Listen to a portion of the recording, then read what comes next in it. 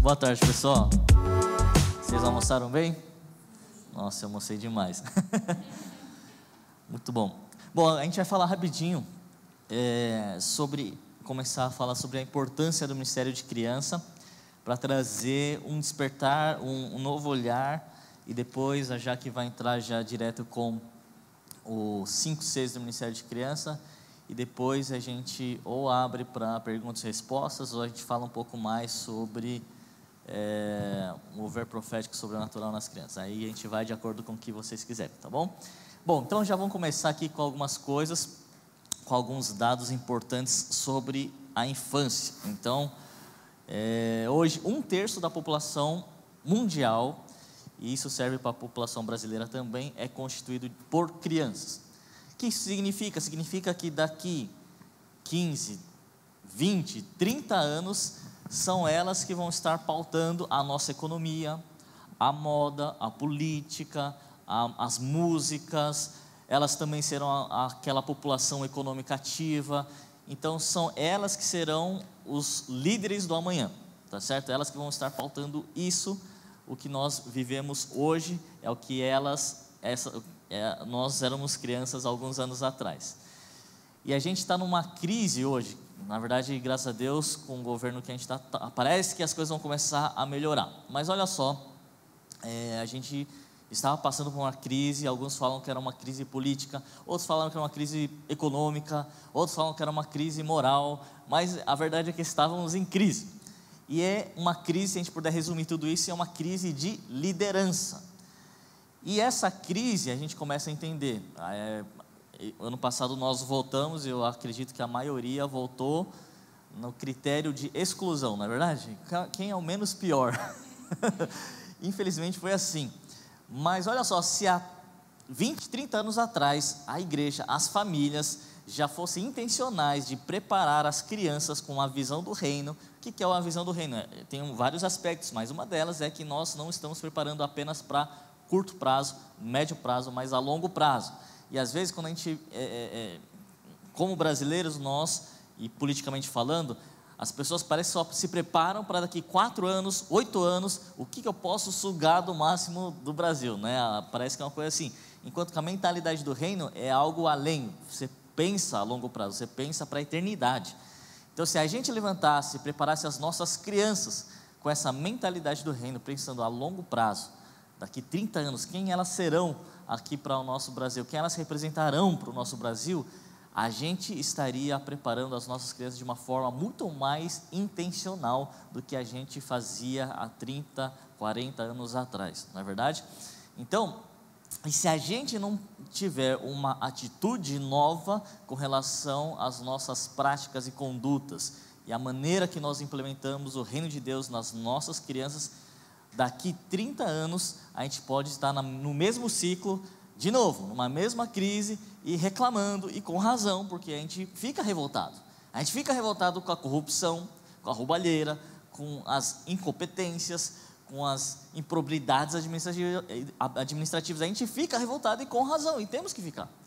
Mas, se a gente continuar fazendo da mesma forma, que eu falo igreja e famílias, há alguns anos atrás, daqui 30 anos a gente vai estar na mesma coisa, vai estar no mesmo ciclo, e vai estar com o mesmo problema. Quem que a gente vai escolher para ser o futuro governador? Quem que a gente vai escolher para governar a nossa nação brasileira? E a gente vai ficar reclamando, só que a gente não fez nada há 30 anos atrás, quando tinha que fazer alguma coisa. Então, a gente começa a entender que só o fato de entender que 1/3 da população brasileira é constituída por crianças, se a gente prepara bem essa geração, e às vezes nem precisa, mas o que representa a igreja num montante todo da população? Representa muita coisa, porque os sociólogos, antropólogos falam que você precisa apenas de 8% da população para mudar uma cultura. Então, se o Brasil tem 200 milhões de habitantes, a gente precisa só de 8% para mudar o Brasil. Agora, a estatística já mostra que nós brasileiros já somos mais, na verdade, vamos pegar de fato os dados mais certos. IBGE, no ano de 2000, o Brasil era constituído de 17% de cristãos evangélicos, sem contar católicos, tá? Evangélicos, 17%. De 2000 para 2010, isso aumentou para 25%. Ou seja, um quarto do Brasil. Hoje, quer dizer, hoje não, ano que vem, 2020, vai fazer uma outra contagem do IBGE, mas alguns dados já falam que nós, povo cristão brasileiro evangélico, já somos mais de 50%. Agora a gente começa a pensar, então por quê? Então, se 8% é necessário para trazer uma transformação no Brasil, e se nós somos mais de 50%, por que o Brasil continua com o mesmo índice de analfabetismo, a taxa de evasão escolar, criminalidade, as coisas continuam iguais ou piores? Porque não tem a ver com quantidade, e tem a ver com qualidade. Tá certo? Então, como é que nós estamos construindo nossas crianças? Como é que nós estamos levantando a próxima geração de criança? Será que claro, é importante elas serem salvas, elas aceitarem Jesus como Senhor, mas isso é parte da grande comissão de ir pregar o evangelho a toda criatura e transformar da criatura para filho e filha de Deus. Agora tem a segunda parte da grande comissão, que é discipular nações. Então como que a gente faz isso? E é isso que a gente quer trazer hoje, esse despertar, porque nós que trabalhamos com o Ministério de Criança, nós temos, parece que não, mas você tem que entender isso, nós temos essa grande oportunidade e responsabilidade de mudar o Brasil. E às vezes não entra na nossa cabeça, mas muitas pessoas já entenderam isso, e principalmente os marxistas, os esquerdopatas já entenderam isso. Tanto é que a grande guerra deles é de ocupar não o espaço físico, mas é de ocupar as mentes das crianças. Por isso que vem com ideologias, por isso que vem com várias coisas, porque eles já estão arquitetando na mídia, na educação, na família, eles querem infiltrar nisso. E o Saulinski, quem é o Saulinski? Ele é o mentor do Barack Obama, da Hillary Clinton. Ele fala, não adianta a gente fazer uma revolução com armas, com guerras de ocupação, não. Olha a estratégia deles, nós temos que nos infiltrar neles e apodrecer eles por dentro. E é isso que eles querem fazer. Eles estão infiltrando na igreja, eles estão infiltrando na educação, eles estão infiltrando na mídia, e ali por dentro eles estão corrompendo de uma forma muito sutil, mas às vezes a gente não para ver mais o que está acontecendo com as nossas crianças. Então nós temos essa grande oportunidade e privilégio de ajudar as crianças e as famílias, porque a responsabilidade sim é da família, mas a gente como igreja, nós temos que alertar, despertar e ser um parceiro para a educação das crianças, e começa na primeira infância. Então, só com esse dado você já vê, caramba, é importante o Ministério de Criança, e realmente é importante. Por isso que a gente fala, a gente quando a gente assumiu o Ministério de Criança, a gente falou, a gente não quer ajuda, embora a gente precisa de ajuda. E já que acho que vai falar um pouco mais sobre isso. Mas por quê? Ajuda vem quando quer. Ajuda dá o tempo que sobra. Ajuda não tem compromisso. Ajuda não tem responsabilidade. Nós queremos pessoas com chamado, com propósito, que entendem e valorizem a importância do Ministério de Criança. Se não, por favor, não venham. Porque aqui a gente não quer um centro de babagóspel, a gente não quer uma creche evangélica, a gente não quer um centro de entretenimento. Aqui não é um daycare que os pais deixam as crianças e elas passam aqui à toa. Não. Aquela 1 hora ou 2 horas que elas ficam lá no Ministério de Criança, se a gente for intencional para trazer a palavra de Deus, o reino de Deus, os valores, o poder sobrenatural, a vida dessas crianças são mudadas para sempre. E não só isso, elas vão ser preparadas para levar transformação para a sociedade. Eu creio nisso. E Jesus fala na Bíblia, dos tais é o reino dos céus. Então nós temos que entender essa importância. Outro dado importante, 80% das pessoas que aceitam Jesus como Senhor e Salvador, que começam o primeiro contato com a igreja, com a Bíblia, acontece na faixa etária dos 4 aos 14 anos. 80%, a grande maioria, acontece nessa faixa etária. Vamos fazer aqui uma pesquisa. Quantos aqui tiveram o primeiro contato com a igreja, a Bíblia, ou aceitaram Jesus como seu Senhor e Salvador nessa faixa etária, entre os 4 e 14 anos? Levanta a mão. Levanta a mão bem alto. Bem alto, bem alto. Tá. Até os 18 anos, levanta a mão. Do 0 aos 18 anos, levanta a mão então. Jim, todo mundo. Quem teve contato com igreja, Deus, qualquer tipo, nessa faixa etária? Levanta a mão bem alto. Olha lá. Bom, aqui deu menos. Mas se você for, na maioria dos lugares a gente vê mais de 80%. O que isso mostra? Grande comissão, Marcos 16:15. Vocês conhecem a grande comissão, e a grande comissão afeta principalmente quem? As crianças. E a gente começa a entender que se 80% das pessoas têm um encontro e tomam a maior e melhor decisão nessa faixa etária da infância e adolescência, qual é o alvo principal do diabo? Óbvio que é as crianças. Então, o diabo, ele dá muito mais atenção para as crianças do que a gente, muitas vezes. O diabo tem muito mais prioridade, está na agenda dele muito mais do que a própria igreja. E é justamente isso que a gente tem viajado bastante e falado para despertar as igrejas com relação à importância do ministério de crianças. O quanto isso é relevante para a nossa sociedade. Agora vamos ver no contexto bíblico. Então eu queria que você abrisse sua Bíblia aí em Mateus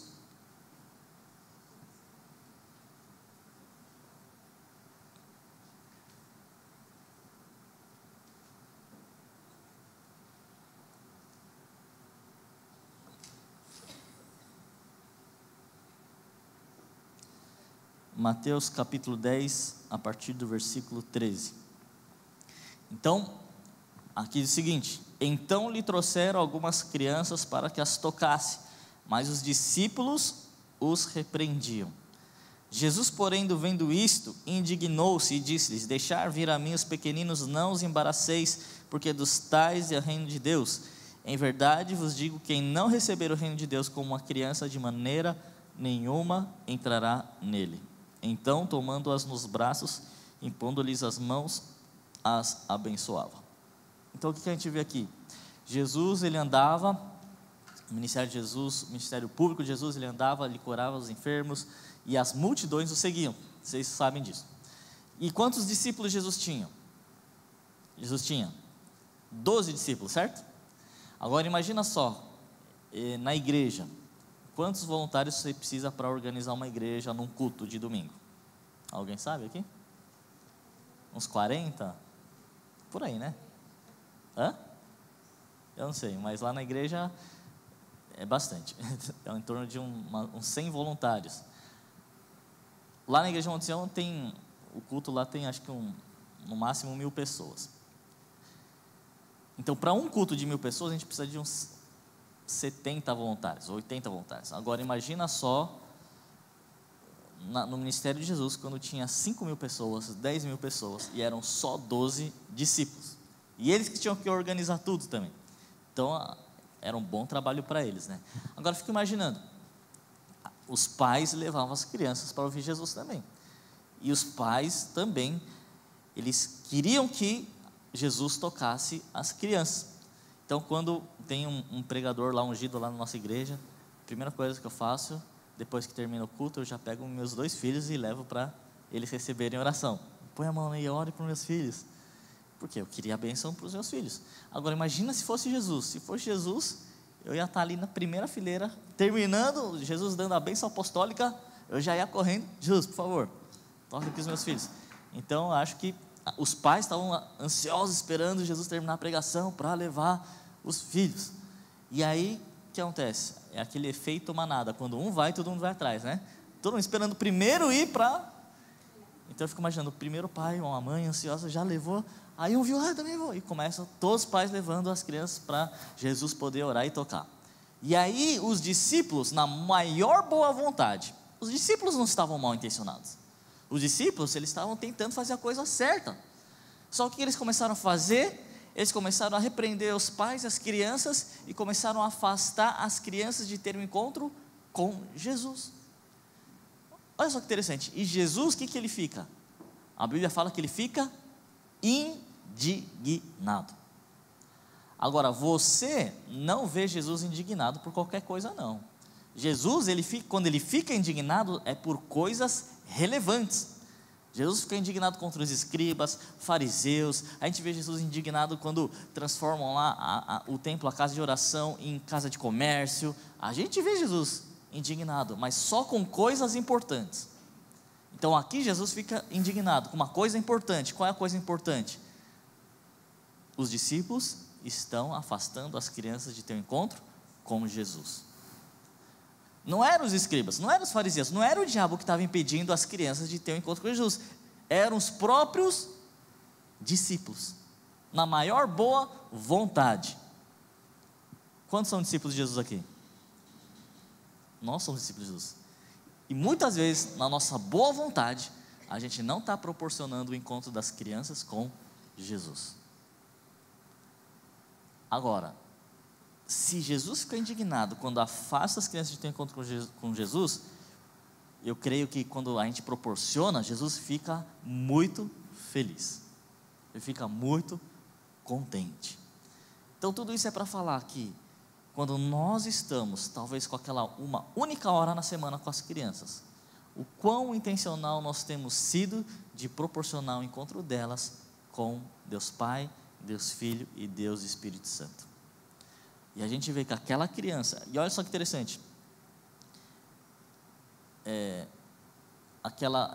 as crianças estavam sendo afastadas, e os discípulos estavam, eu fico imaginando, mas peraí Jesus, a gente está tentando te ajudar, mas o Senhor está bravo, e começa então um paradigma na cabeça deles, e Jesus fala, dos tais é o reino dos céus, se vocês não se tornarem como elas, vocês não podem herdar o reino dos céus. Então ali fica uma grande lição, e obviamente tem várias características pelas quais as crianças delas são o reino dos céus, e a gente não vai falar hoje, mas a gente tem várias coisas que a gente consegue ver que delas realmente é o reino dos céus. Agora olha só, abra sua Bíblia em João capítulo 6, um pouquinho mais para frente.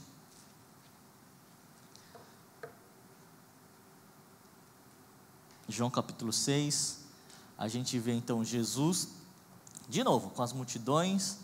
Ele tinha acabado de sair de uma cruzada de pregações e milagres, as multidões estavam seguindo. Aí o que aconteceu é que ele recebe uma notícia, que o seu primo João Batista tinha acabado de morrer. Ou seja, Jesus tinha acabado de sair de uma cruzada de pregação e milagres, ele está cansado fisicamente, e ainda ele recebe essa informação que o seu primo tinha falecido e literalmente arrancado a cabeça dele.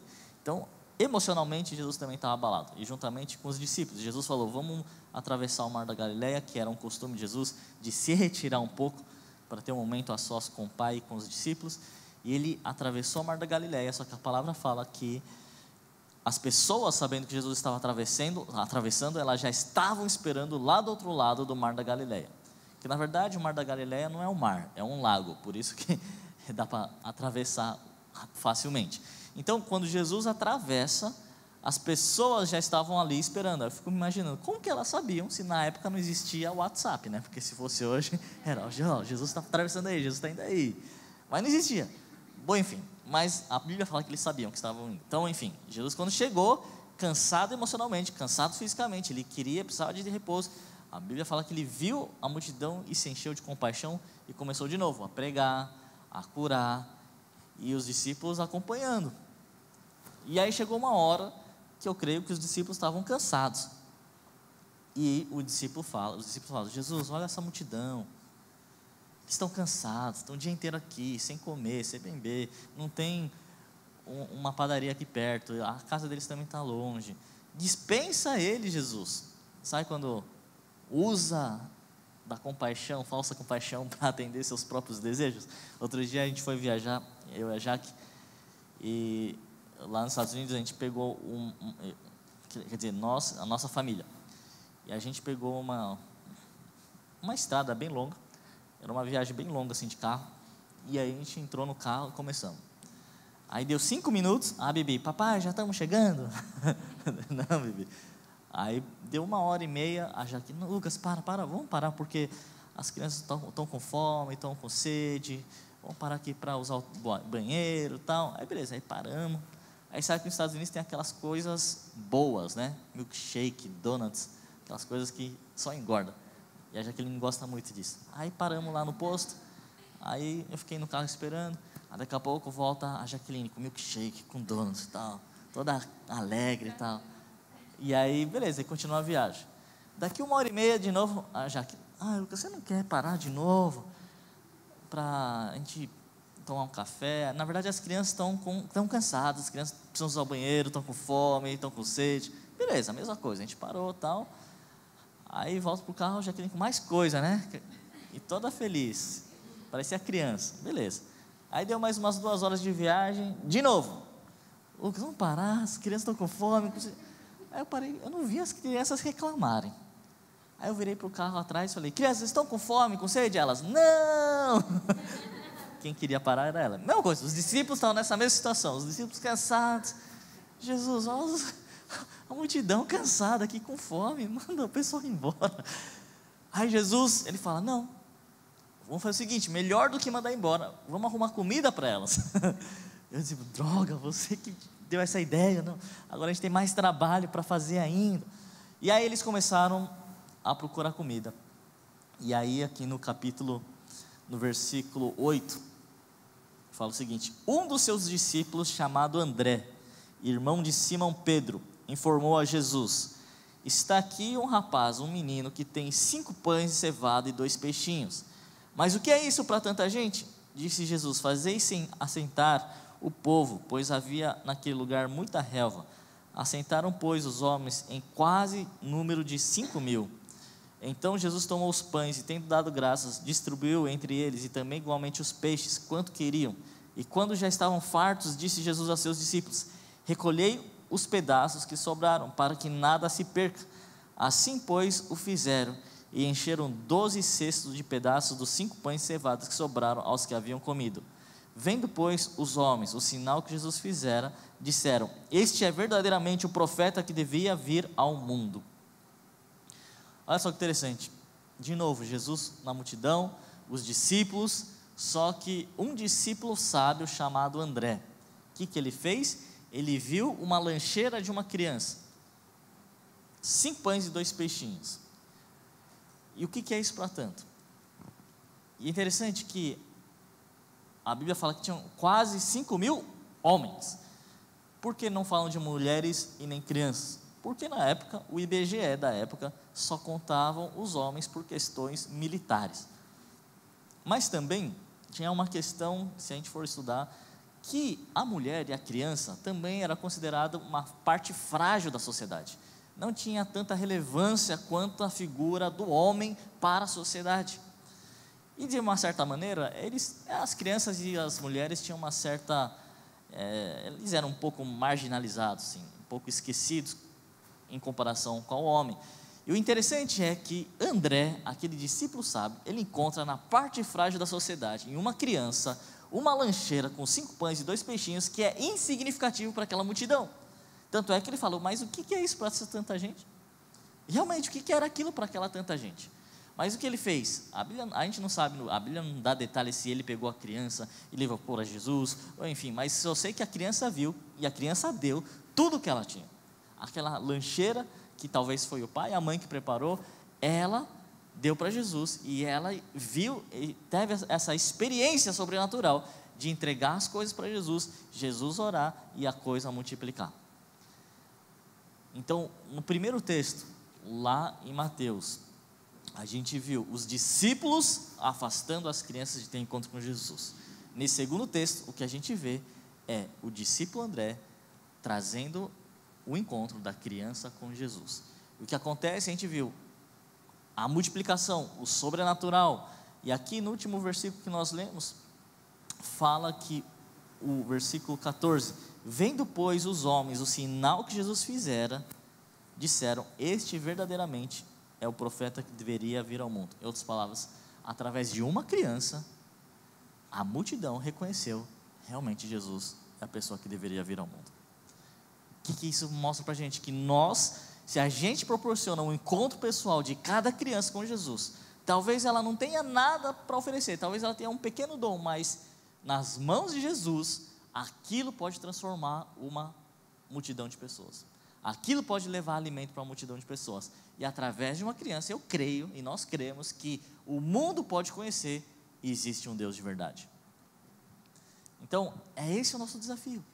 Será que nós estamos proporcionando o encontro da nossa criança com Deus Pai, Deus Filho e Deus Espírito Santo? Ou a gente está afastando as crianças? Ou simplesmente a gente conta uma história, dá um papel para ela pintar e ponto final? E é isso que a gente tem que entender, e é isso que a gente tem que começar a perceber e a despertar, para que a gente seja intencional para levar o encontro real, de verdade, com Deus Pai, Deus Filho e Deus Espírito Santo para cada criança. Lá no Ministério de Criança a gente tinha porque agora ela já virou adolescente, mas logo quando a gente assumiu, Isabela tinha 9 anos de idade, e ela falou: tio, eu tive uma visão que eu estava orando por crianças doentes e elas eram curadas. Eu falei: uau, que legal, então vamos chamar. A gente começou a chamar, perguntar todas as salas das crianças se tinha alguma criança doente ou com dor. E aí tinha bastante criança com dor de criança. O que é dor de criança? Estou com dor de dente, estou com dor de barriga, dor de joelho ralado, caiu no recreio, aquelas dores, não tem problema. E aí chamam todas essas crianças, colocamos lá na frente, e aí a Isabela e outras crianças começaram a orar por elas. E aí depois que terminou de orar, aí a gente perguntava: e aí, como está a dor de dente? A criança cutucava o dente: está melhor, não estou mais doendo. E o seu cotovelo? Também não está doendo. E a sua barriga não está doendo. Todas as crianças foram curadas, e elas ficaram muito felizes, aquilo foi muito bom. A Isabela também ficou muito impactada com aquelas curas, e a gente celebrou muito aquelas curas. Passaram algumas semanas, a Isabela teve uma outra visão. Ela falou: tio Lucas, eu tive uma visão que tinha um túnel, e eu colocava a mão dentro desse túnel escuro, e eu tirava pessoas, e quando tirava pessoas, eram pessoas que tinham câncer, e quando eu tirava essas pessoas que tinham com câncer, elas eram curadas. A gente falou: uau, que legal, agora é um outro nível de fé, né? Eu falei: tudo bem, semana que vem, eu conheço a Carla e a Marina, as duas, a Carla com câncer na tireoide, e a Marina câncer no seio, e já está com metástase óssea, pulmão e fígado, e a gente vai orar por elas. Tá bom. Na semana seguinte elas vieram, e as crianças começaram a orar, e aí no meio de uma oração, aí eu expliquei para elas as doenças, a condição delas. Aí no meio da oração, o Guilherme também tinha 10 anos na época, ele parou a oração e falou assim: tia, falou para a Carla, eu senti de Deus que daqui 30 dias você não vai ter mais tireoide. Aí as outras crianças começaram a rir, né? Falou: não, tireoide não é o nome da doença, tireoide é onde ela tem o câncer. E aí a Carla parou assim, ela tirou o celular do bolso, começou a mexer.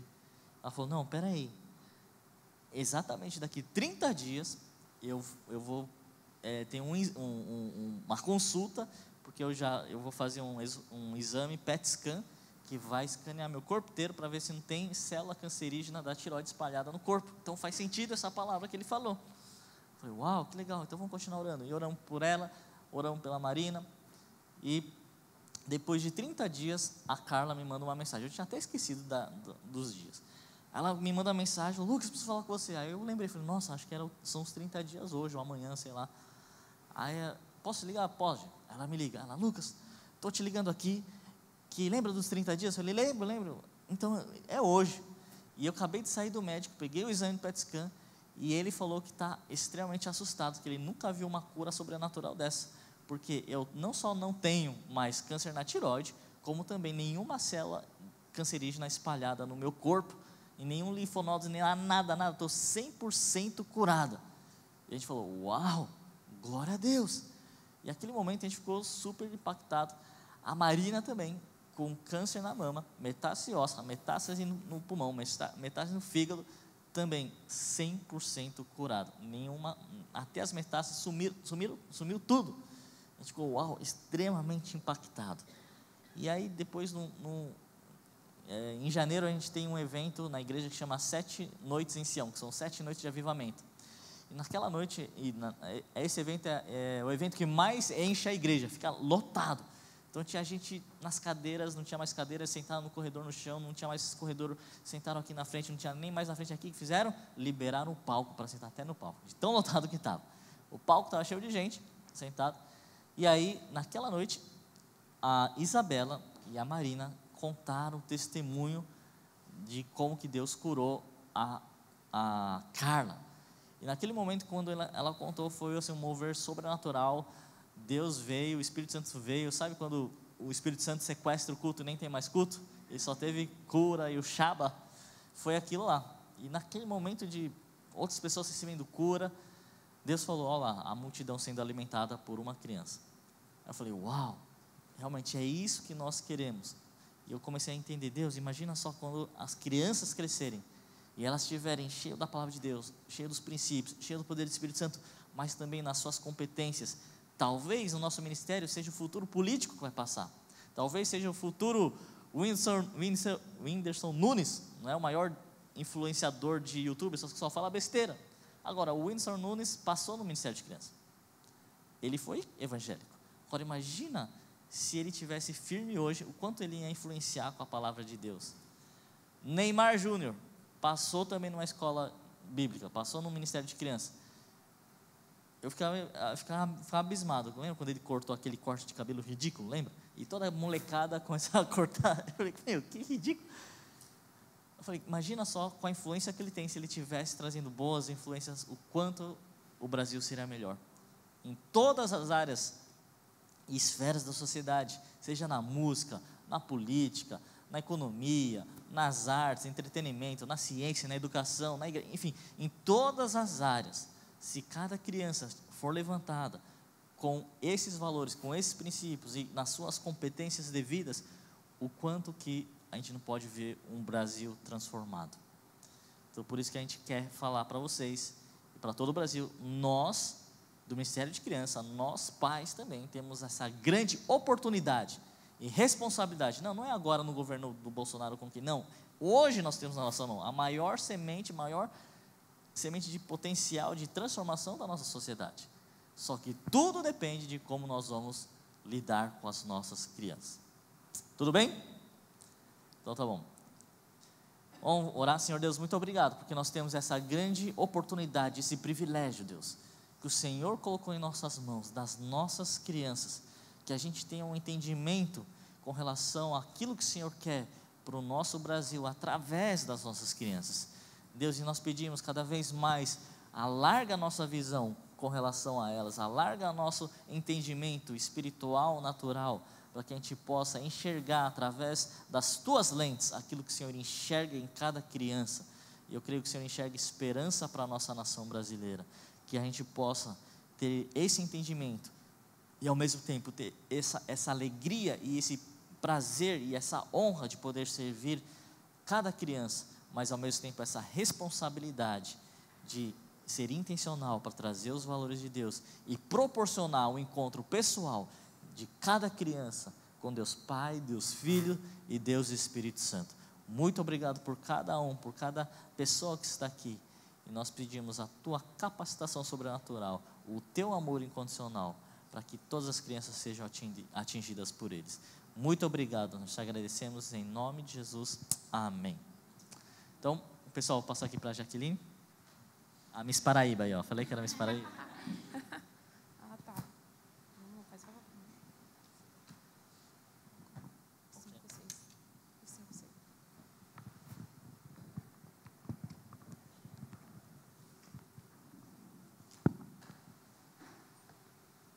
E aí, gente? Vocês estão bem? Muito bom. Entenderam a importância? Sim? Ótimo. A gente vai falar agora sobre o discipulado de crianças. Passa aqui para mim, mamãe. A gente vai falar mais especificamente sobre esse livro. Vocês têm esse livro com vocês aí? Sim? Não? Tá bom. Mas o que eu vou fazer agora? A gente vai falar um pouquinho sobre esse livro. Esse livro ele foi escrito por mim, pelo Lucas. Ele fala um pouco sobre o nosso Ministério de Crianças. E quando a gente fez a primeira edição dele, a gente entendeu que os 5-6 seria uma metodologia. Que metodologia você escolhe se você vai aplicar ou não.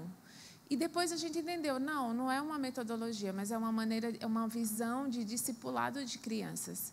Então, quando a gente foi vendo os 5-6, a gente percebeu que ele não é, por exemplo, um material que você compra para aplicar na sua igreja, que você segue, sabe? Aquele material que tem lá o caderninho que você faz com as crianças, tem o visual que você mostra, já vem um pacote, não é isso. Os 5-6 você vai conseguir aplicar com qualquer material que você tem. Então, ele não é um material que você vai ter todas as aulinhas para trabalhar. A gente tem um currículo baseado nele, mas o livro ele fala sobre discipulado de crianças. E como o Lucas falou, A gente tem hoje no Brasil uma crise, porque a gente tem muitas pessoas que são cristãs, mas muitas pessoas no meio do cristianismo que não vivem o cristianismo, porque se vivesse, o Brasil estava diferente. Isso é fato. Então, a gente está no meio de um workshop para casais e acho que o maior chamado da gente hoje é trazer saúde para as famílias de dentro da igreja. Porque a gente tinha que ter dentro da nossa igreja famílias, crianças, adolescentes, jovens tão saudáveis que as pessoas lá de fora olhariam para a gente e falariam assim: nossa, eu preciso ir lá. Eu preciso conversar com essa mãe, com esse pai, com esse casal, porque eles têm uma saúde que é diferente de qualquer pessoa. Mas, infelizmente, hoje ainda não é assim. Talvez aqui já seja assim, mas quando a gente vai para São Paulo e para tantos outros lugares, não é assim. E a gente precisa lutar por isso. E a coisa que a gente entendeu de rodar por esse Brasil, de conviver com o Ministério de Crianças, eu estou no Ministério de Crianças desde os meus 12 anos. Então, eu participava do Ministério Infantil, saí do Ministério Infantil, voltei para o Ministério Infantil, já como professora lá, cuidando das crianças. Então, eu cresci nesse ambiente e eu sei como que é uma mistura de amor e desespero, né? Eu lembro, assim, várias vezes de sair da sala e falar: nunca mais eu piso o pé aqui. Não venho. Não adianta. Aí você não consegue, né? Aí durante a semana você não consegue. Você fala: tá bom, só vou tentar só mais uma vez. E nisso estou aqui faz as contas, de 12 a 39, esse tempo que eu tenho de Ministério de Crianças. E uma coisa que a gente percebeu é que existe uma mentira que o diabo tem trazido para dentro da igreja, que é, eu vou fazer essa pergunta para vocês, e é uma mentira. É possível, em 2 horas que a gente fica com as crianças, trazer transformação para a vida delas?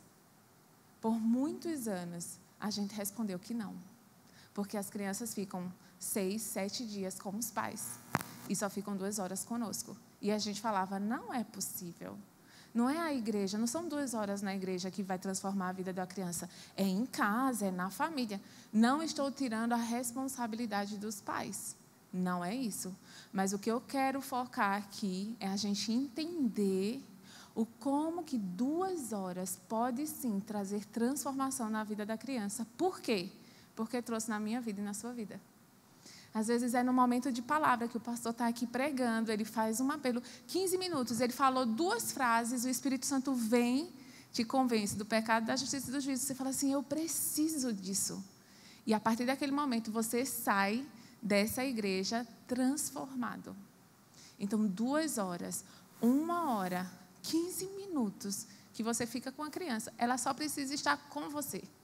Porque não se trata de você, mas naquele que está em você. Então, sim, a gente tem grandes testemunhos. Eu vou contar algumas histórias. E o livro, a gente conta muitas histórias nesse livro.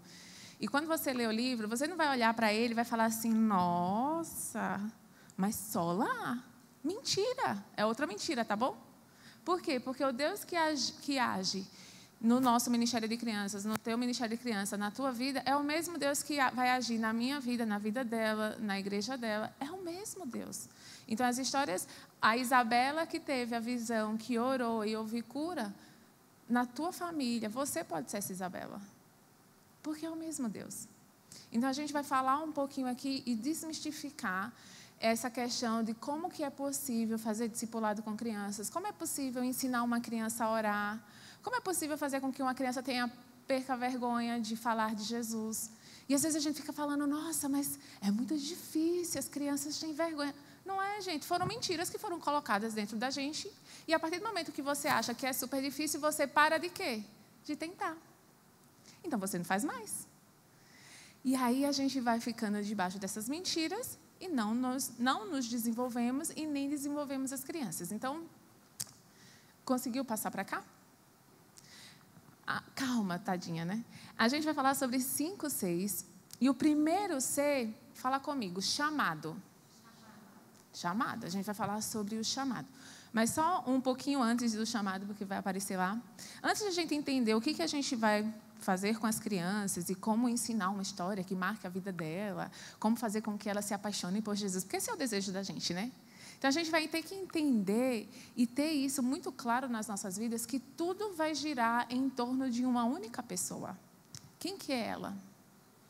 Jesus, Deus Pai, Deus Filho e Deus Espírito Santo.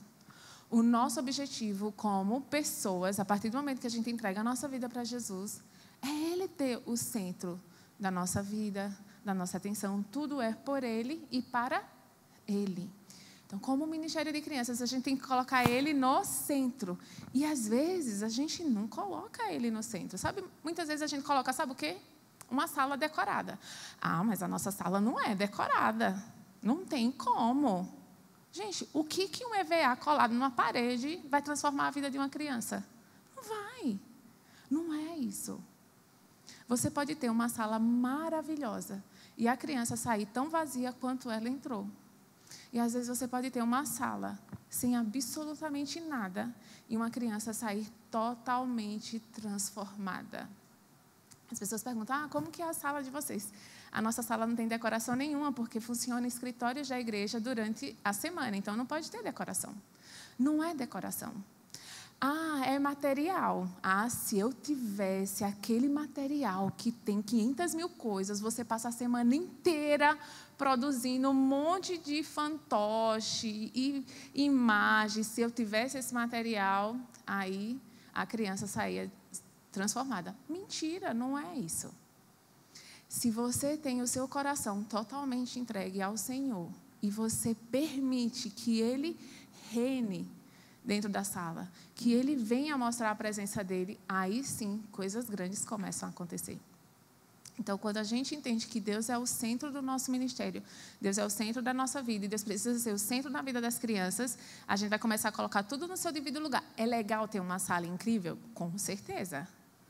A gente, no início do nosso ministério, a gente funcionava dentro de uma sala que ela foi construída porque o terreno da igreja estava afundando e era assim, era um buraco literalmente onde tinham famílias de baratas. Então, na sexta-feira e no sábado a gente ia, passava inseticida. No domingo de manhã, antes das crianças chegarem, a gente varria todas as famílias de baratas, colocava cheirinho. Não era um lugar legal. Não era um lugar mais bonito. Não tinha janela, o cheiro de mofo. A gente falava, Deus, que todas as alergias, que nenhuma criança desenvolva alergia, de maneira milagrosa, que elas não sintam e que esse mofo não faça mal para elas. E não fazia, gente. Era um milagre. E elas amavam, elas falavam, eu quero descer para a salinha. E quando as pessoas chegavam e olhavam para a salinha, era meio chocante, entendeu? Mas algo existia ali que transformava a vida das crianças. E não era o ambiente, era Deus. Era a presença de Jesus ali na sala. Então, quando a gente entende que Deus é o centro, a gente vai começar a trabalhar a questão do chamado. E a gente conhece que tem pessoas, por exemplo, com 30 anos, 40 anos, que falam, meu Deus, eu estou ficando velha, eu não sei qual é o meu chamado. Então, hoje, se tem alguém aqui nessa crise, não vai existir mais. Eu vou te dar 2 chamados para a sua vida, que se você desenvolver esses 2 chamados, você vai ter um sucesso garantido. E os 2 chamados que Deus nos deu, a partir do momento que a gente entrega a Ele a nossa vida, tá? O que o Lucas falou em Mateus 28, 19 e Marcos 16, 15, que é, ide por todo o mundo e pregai o Evangelho, e ide e fazei discípulos de nações. Então, nós temos 2 grandes chamados, pregar o Evangelho e fazer discípulos. Aí vem a pergunta, criança precisa de novo nascimento? Com certeza. Sabe qual é um dos meus grandes medos? É Jesus voltar, a igreja subir e o ministério de crianças ficar. Porque a única coisa que a gente fez foi contar histórias, sem levar novo nascimento. Não podemos fazer isso. As crianças precisam de novo nascimento. Não existe Espírito Santo Júnior. Não, crianças, espera aí. Existe o Espírito Santo dos adultos. E existe o Espírito Santozinho? Não. O mesmo Espírito Santo que habita em mim, que habita em você, é o mesmo Espírito Santo que vai habitar numa criança. É o mesmo. E é lindo quando você vê crianças entregando sua vida para Jesus genuinamente. A gente tem um menino, ele se chama Gabriel. Eu não tenho uma foto dele aqui hoje. E o pai, há 2 domingos atrás, ele tem 9 anos. Quem conhece uma criança de 9 anos aqui? Levanta a mão. Ele tem 9 anos, o Gabriel tem. O pai, ele está frequentando a nossa igreja, eles estão frequentando a nossa igreja em torno de uns 2 anos. E o pai falou, olha, eu vim para cá, eu amo a Monte Sião, mas eu vim para cá porque o Gabriel veio para aqui um domingo. No domingo que ele veio, ele voltou para casa com a certidão de novo nascimento, porque ele recebeu Jesus como seu Salvador. E a vida dele mudou depois disso. E 2 domingos atrás, ele veio todo feliz, porque ele terminou de ler a Bíblia inteira. 9 anos, gente. Eu não vou perguntar aqui quem nunca leu a Bíblia, tá bom? Para não fazer ninguém passar vergonha. 9 anos. E o pai falando, olha, a gente teve uma conferência. Não, esse menino, você fala assim, Deus, olha só se ele estivesse num lugar que tivesse sido roubada essa oportunidade dele. A gente fez uma conferência e ele jejuou para a conferência de crianças. Olha que fofo. E no meio do jejum dele, a gente estimulou as crianças. Ó, crianças, Deus ele tem mais. Então a gente vai se esforçar, a gente vai matar um pouco a carne, a gente vai sim jejuar, vocês vão jejuar. Tirem um lanchinho, vocês estão crescendo, não pode ficar sem comer o dia inteiro, mas vocês podem ficar sem comer um doce, tirar um lanchinho. E eles fizeram, só que nisso ele adoeceu, ele teve um cisto aqui na garganta, e ele ficou dessa altura, o cisto dele teve febre. E os pais foram para mim e falaram assim, por favor, fala com ele, porque ele não quer parar o jejum de jeito nenhum e ele precisa parar esse jejum porque ele está doente. E a gente foi lá, Gabriel, você está dodói, volta a comer direitinho, de 2 em 2 horas, não tem problema. Ele falou, não, tia, eu não vou parar de fazer o meu jejum. E eu falei, oh, meu Deus, eu pararia, o menino não para. E é verdade, não é? Eu falei, gente, não é possível. É, exatamente. E ele não parou. E ele foi para a aula, o pai falou, ó, ele está vindo hoje no domingo, que ele faz parte da nossa escola. A gente tem o domingo e a gente tem uma escola de liderança, e ele faz parte da escola de liderança. E o pai falou, ó, ele veio, ele está com febre, mas ele não quis deixar de vir de jeito nenhum. Nós oramos por ele, ele não foi curado imediatamente, mas ele permaneceu, ele melhorou, passou pelo jejum, e lá na conferência, ele teve um encontro sobrenatural com Deus. A gente tem até um vídeo, né, Lu? Acho que a gente vai passar no final, o vídeo da conferência, e você vê ele tendo um encontro sobrenatural. Então, a gente sabe que esse menino com 9 anos, ele já tem tanta intimidade com Deus, que ele para ouvir, ele faz os compartilhamentos da devocional dele, você chora, eu falo, meu filho, venha, prega aqui. Eu vou sentar, você prega. É lindo, 9 anos, gente. Então, quando a gente entende o nosso chamado, se você entende que você está ali para levar o evangelho para essa criança, para discipular, ensinar ela a ser Jesus, a não ter medo, mas ter ousadia, a não se importar se todos os seus amigos não gostam dele, mas que Jesus é seu melhor amigo, a entender que o futuro delas começa hoje, que elas são cabeça e não cauda, que elas são chamadas para influenciar e não serem influenciadas. São alguns temas que a gente vai trabalhando com as crianças. A gente fala, vocês não são termômetro. O termômetro, ele pega a temperatura do ambiente. Vocês são chamados para ser um ar-condicionado, um termostato que muda a temperatura do ambiente. E quando a gente começa a ensinar essas coisas para as crianças, uma criança acredita em Papai Noel, que é mentira. Agora, imagina quando a gente ensina um Deus de verdade para elas. Elas vão fazer coisas incríveis. Quando a gente entende o nosso chamado, a gente parte para o segundo C, que é conectar. Então, quando a gente entende que a gente tem que desenvolver o nosso chamado, desenvolver o chamado nas crianças, elas pregarem o evangelho, elas discipularem nações. E não é pegar uma criança, colocar a Bíblia embaixo do braço e mandar ela para a escola para pregar o evangelho. Não é isso, mas ela fazer diferença onde ela está. Quando a gente ensina isso para as crianças, coisas incríveis começam a aparecer. Então, o conectar é o segundo C. Quando a gente entende a importância de conectar, eu vou fazer uma pergunta para vocês. Peraí, deixa eu só tirar meu casaco, que agora eu fiquei com calor.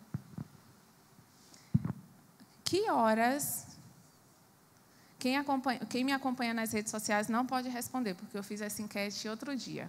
Não pode, tá bom? Qual é o horário que as crianças devem brincar no nosso Ministério de Crianças? Opção A, antes do culto. Opção B, durante o culto. Opção C, depois do culto. Quem que acha que é a opção A, levanta a mão. Que é antes. Quem que acha que é no meio? Opção B, levanta a mão.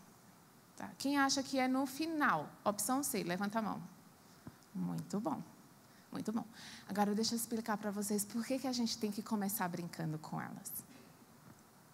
O que uma criança gosta de fazer? Brincar. Aí você pega a coisa que ela mais gosta de fazer, porque você vai manipular os desejos dela. Aí você fala assim, brincar é só no final. Aí ela fica, tia, tá na hora de brincar? Né? Aí você fala assim, não, peraí, preste atenção, você está na casa do Senhor. O que é mais importante? Brincar ou ouvir a palavra do Senhor? Aí ela vai falar brincar, porque para mim é brincar. Aí você fala, meu amor, que falta de fé. Falta Jesus na sua... Não é, gente. Não é. Fala para mim, uma criança que gosta de você, ela vai te ouvir melhor ou não? Sim, um terrorista, porque toda igreja tem aqueles mini terroristas, né? A gente chama dos osaminhas, tá? Os osaminhas estão todos espalhados. Quando um osaminha te ama, ele coloca a ordem na sala inteira. Não é verdade? Agora, como que um osaminha te ama? Porque você dá atenção para ele. Porque, de alguma maneira, você se conectou com ele. Aí, minha amiga, é só deixar o menino, ele colocar a ordem da sala inteirinha. Então, o brincar é tão espiritual quanto orar. E talvez brincar seja mais espiritual do que orar. Porque fazer uma oração quando uma criança não está querendo orar, você vai ensinar a criança a ser o quê? Religiosa. Você vai ensinar uma criança a orar, mas talvez ela saiba fazer orações lindas, mas ela nunca experimentou o poder de uma oração. É completamente diferente. Então, a gente fala, começa brincando. Quem tem Ministério de Crianças aqui, faz esse teste.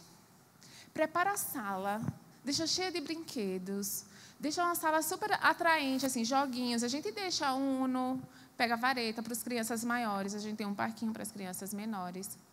Ela vai chegar e falar, ué, vai começar pelo fim agora? Como assim? Mas não é só deixar as crianças brincarem. É brincar com elas. Brinquem com elas. Quando a gente brinca com uma criança, ela se sente o quê, gente? Exatamente. Ela se sente extremamente amada. E quando uma criança ela se sente amada, ela vai parar para ouvir você? Com certeza. Com certeza. Então, você dá bastante amor, você brinca com ela e você fala assim, ai, peraí, crianças, nossa, muito legal essa brincadeira. Mas vamos fazer o seguinte, eu vou colocar uma música, a música vai tocar, eu preciso que todo mundo guarde os brinquedos, no final a gente brinca de novo, mas eu quero conversar um negócio com vocês. Elas vão guardar de uma maneira muito mais agradável do que não? Com certeza. Talvez vão ficar, tia, não, só mais um pouquinho. Eu falo, não, agora tem tempo para tudo, a gente já brincou, agora vamos lá. E durante essa brincadeira, entenda que você está ali para se conectar com ela, para depois que você conecta o coração dela com o teu, você vai ser um canal para conectar o coração dela ao coração de quem, gente? De Deus. É de Deus. É isso que Jesus fazia.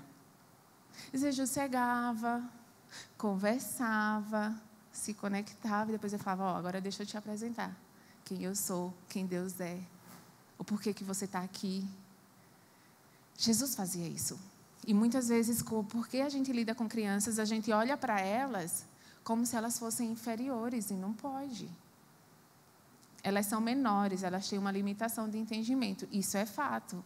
No lugar eu concordo, tem que ter um que manda e outro que obedece. Eu super concordo com isso. Não estou dizendo para você deixar a criança mandar, não, mas você tem que entender que ali há uma vida que necessita de um encontro com Deus. Se a gente olha para isso, você fala assim, uau, Deus, o que essa criança precisa do Senhor? Então, a gente brinca com elas. E um dia, só para vocês entenderem a importância de brincar, estávamos lá no Ministério de Crianças. E assim, Existem tipos de crianças terroristas, né? Então, geralmente, um terrorista, ele começa a ficar terrorista no 3º domingo, porque ele vai reconhecendo o ambiente, reconhece o terreno. No 3º domingo, ele começa a aprontar. Agora, difícil é aquele que já chega destruindo tudo. E a gente recebeu uma criança assim, um menino, ele estava visitando a nossa igreja, chegou pela primeira vez, e ele já chegou assim, quem manda nisso daqui sou eu, isso aqui é uma droga, isso aqui... Sabe aqueles meninos folgados, que você já fica, esse menino tem mãe não? Que qualidade de mãe é essa que não educa esse menino? Ah, se eu converso com essa mãe... Lá no Nordeste é assim, né? Um peito na perninha desse menino, no instante resolvia, uma varinha do Senhor nas pernas desse moleque. E aí você começa, esse menino, não sei o que fala. E você vai nutrindo o quê? Raiva. E você começa a julgar a criança, a mãe, o avô, a avó, todo mundo. E a gente estava nesse lugar. E começamos a brincar. E tem um joguinho lá na estação, no Geração, que é um joguinho de blocos que a gente monta e as crianças elas vão tirando os bloquinhos, até derrubar, sabe? Tipo Jenga. Só que em cada pedacinho tem uma pergunta. Então, tem assim, conte uma piada, conte uma história engraçada, quantos irmãos você tem, fale algo sobre você. Por quê? Porque a gente quer conhecer as crianças e se conectar com elas. E saiu a pergunta seguinte, você já passou por uma situação difícil? Por quê? Porque a gente está querendo ser intencional em conectar com a criança. Eu quero que ela se abra comigo. E na roda que esse menino estava, as crianças falaram, não, nada. Ele tinha 10 anos. E ele falou assim, eu tenho. Aí você, né, com aquele ar de superioridade, fala, deixa eu ver o que esse menino tem para falar. Fala, menino. Fala, danado. E daí ele fala assim, ele levantou a mão e falou assim, eu tenho, tio. E a gente parou para ouvir e ele falou assim, a minha irmã morreu de câncer quando ela tinha 5 anos de idade. O que era a revolta daquele menino, gente? Era um desespero. E ele falou assim, a minha mãe nunca mais conseguiu sorrir depois disso. Aquele menino estava aflito. Aquele menino estava com uma tristeza dentro do coração dele que ele não sabia como lidar com aquilo. E ele encontrou naquele momento uma pessoa que finalmente deu chance para ele falar de algo que estava sendo difícil para ele. E naquela hora o Felipe, que era o adulto, a gente sempre deixa um adulto no meio do ciclo, ele falou assim, nossa, faz quanto tempo isso? Ele falou, tem 2 anos. 2 anos, 2 anos e meio. E ele falou, cadê sua mãe? Ele disse, minha mãe está lá em cima no culto. Aí ele falou, então a gente pode orar por você? Porque eu sei que isso está doendo no seu coração. E ele parou e falou assim, né? Como assim? Aí o Felipe falou, primeira coisa, vamos entender que não foi Deus que quis levar a sua irmã. Mas a gente é desse mundo, a gente tem doenças, mas com certeza ela está bem. E aí uma outra criança no ciclo falou assim, e quando a gente morrer, se você tiver Jesus, a gente vai encontrar com ela. E ele, não sei o quê. E as crianças, elas vão falando, porque são crianças, elas têm uma inocência, uma pureza que é lindo demais. E começaram a orar, e as outras crianças começaram a orar com esse menino, e começaram a orar para que Deus trouxesse alegria no coração dele, que Deus tocasse a mamãe dele lá no culto, que ela voltasse a sorrir.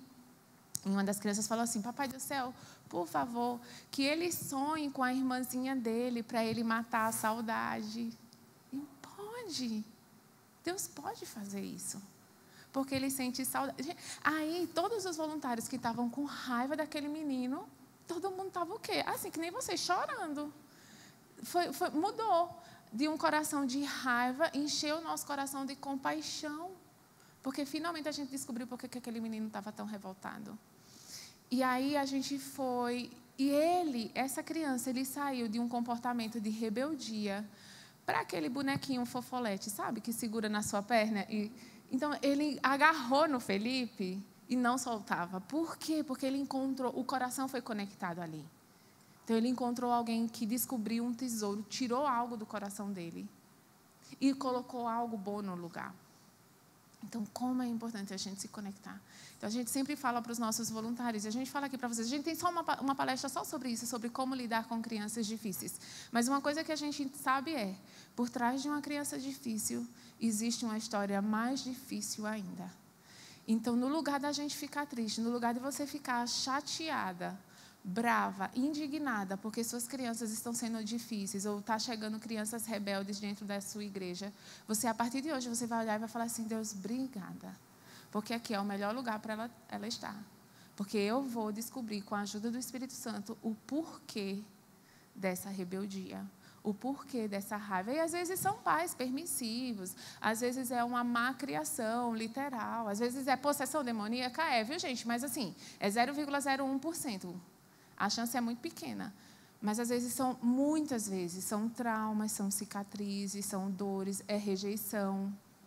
E quando a gente brinca com elas, é uma oportunidade da gente se conectar com essa criança. Então, a gente fala, nós não somos, dentro do Ministério de Crianças, nós não somos professores, nós somos conectores. Porque a gente está ali para conectar algo, um ser a outro. Então, a gente fica no meio, conectando. E conectores, nós precisamos ser alegres. Vocês já viram aquela pessoa que chega e fala assim, atenção, crianças, vocês sabem onde vocês estão? Na casa do Senhor. Senta direito. Não pode ficar sentada assim. Está pensando que está onde? Está na casa do pai dela. Na casa do meu pai, eu coloco as pernas para cima. Né? Ela está na casa do pai. Você fala, não. Você sabe o que significa reverência? As crianças, tudo assim. Gente, não. Alegria é independente da nossa situação. Ah, mas você não sabe já que a semana que eu tive, eu falo, problema seu, meu amor. A alegria é fruto do Espírito Santo. Todo mundo passa por situação difícil. Todo mundo passa. Todo mundo tem dificuldade. Mas a gente não é desse mundo. A dificuldade da gente não define quem a gente é. Porque quem define quem a gente é, quem é? É Deus. Então, Deus... Eu não sei porque essa situação está difícil pra caramba. Mas eu aguento, porque a minha força está na tua alegria. E vamos embora, porque morrer eu não morri ainda. E se morrer, eu vou para a glória. O Mateus, que é o nosso filho, chegou assim para mim e falou, mamãe, por que as pessoas dizem que tem problema? Aí eu falei, desenvolva seu raciocínio, porque eu não estou conseguindo entender. Ele falou, porque assim, por exemplo, a pessoa perde o emprego. Aí, ela vai ficar sem comer. Daí, ela vai morrer de fome. Daí, ela vai para o céu. Não tem problema.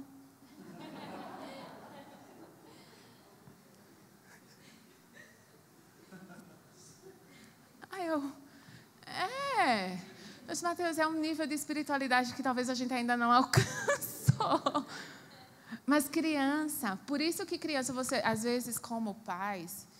a gente termina levando para as crianças a seriedade, elas precisam entender o problema, mas elas não podem, a gente termina levando para elas o viver delas baseado nesse problema, e não pode.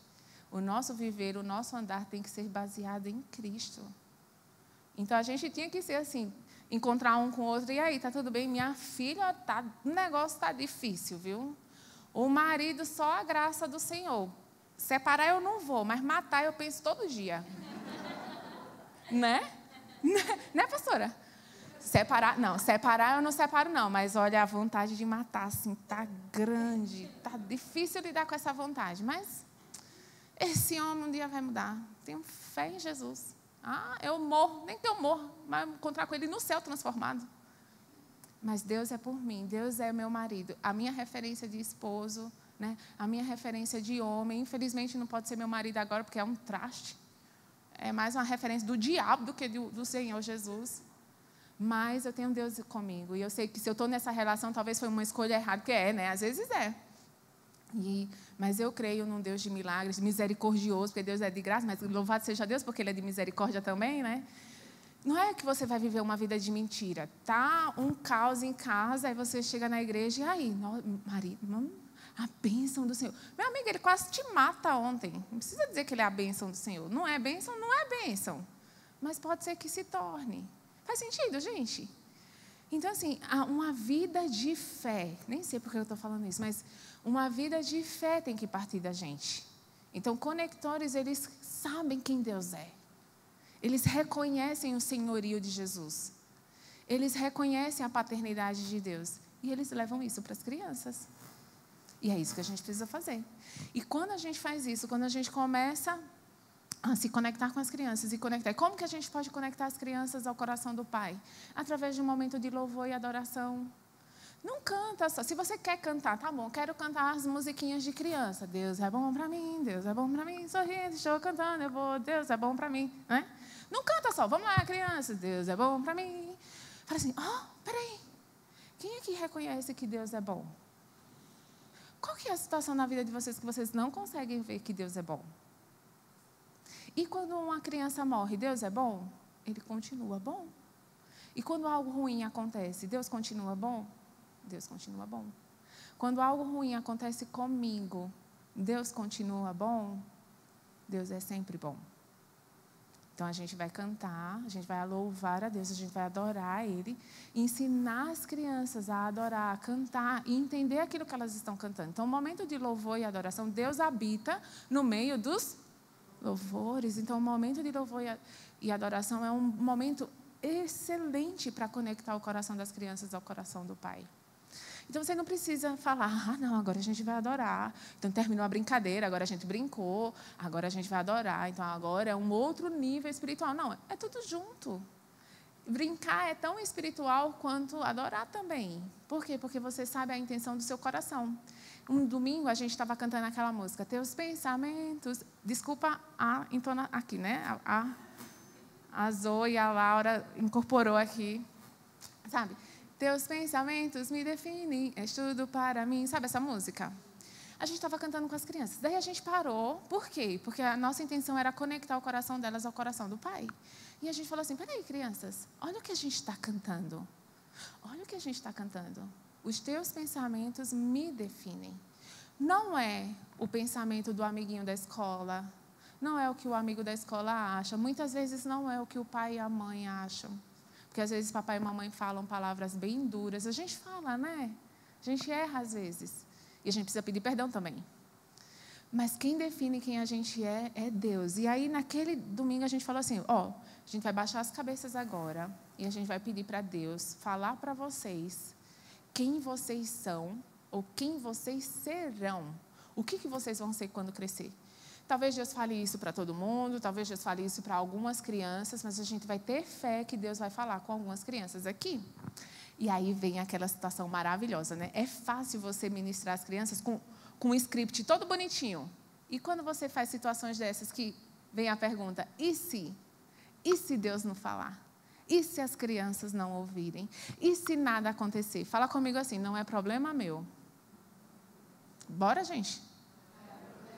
Fala assim, é problema de Deus. É dele. Você abre a oportunidade e fala, Deus, está aqui. Vem e age conforme o Senhor quiser. E se o Senhor não quiser falar com ninguém, o Senhor vai explicar lá da melhor maneira o porquê que o Senhor não falou, mas eu vou dar oportunidade para o Senhor agir. E nesse domingo a gente fez isso. E uma criança de 10 anos, a Sofia, ela estava lá, tal, a gente terminou, as crianças compartilharam e ela não compartilhou nada. No domingo seguinte, o pai dela veio procurar a gente, o João Bosco. Ele falou assim, olha, me explica direito o que vocês fizeram no domingo passado. Aí eu fiz, misericórdia, né? Por quê? Ele falou, não, porque a Sofia, ela é uma criança estudiosa, assim, ela é estudiosa, mas depois de domingo ela ficou, assim, num outro nível de estudo, então ela tem sido cada vez mais esforçada.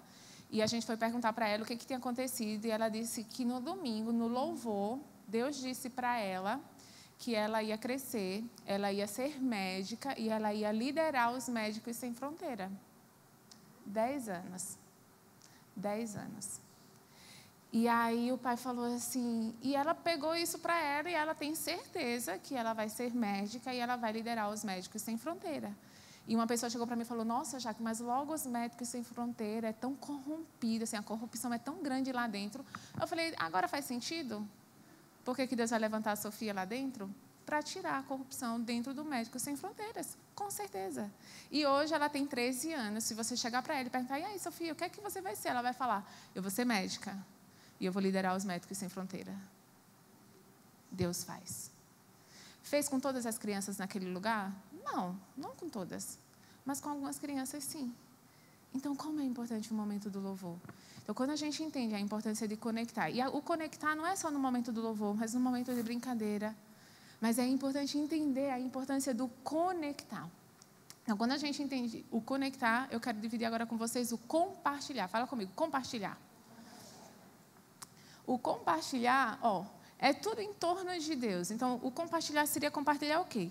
Compartilhar a palavra, compartilhar verdades bíblicas. Gente, as crianças não precisam só saber histórias bíblicas, mas ela precisa conhecer o Deus que escreveu essas histórias.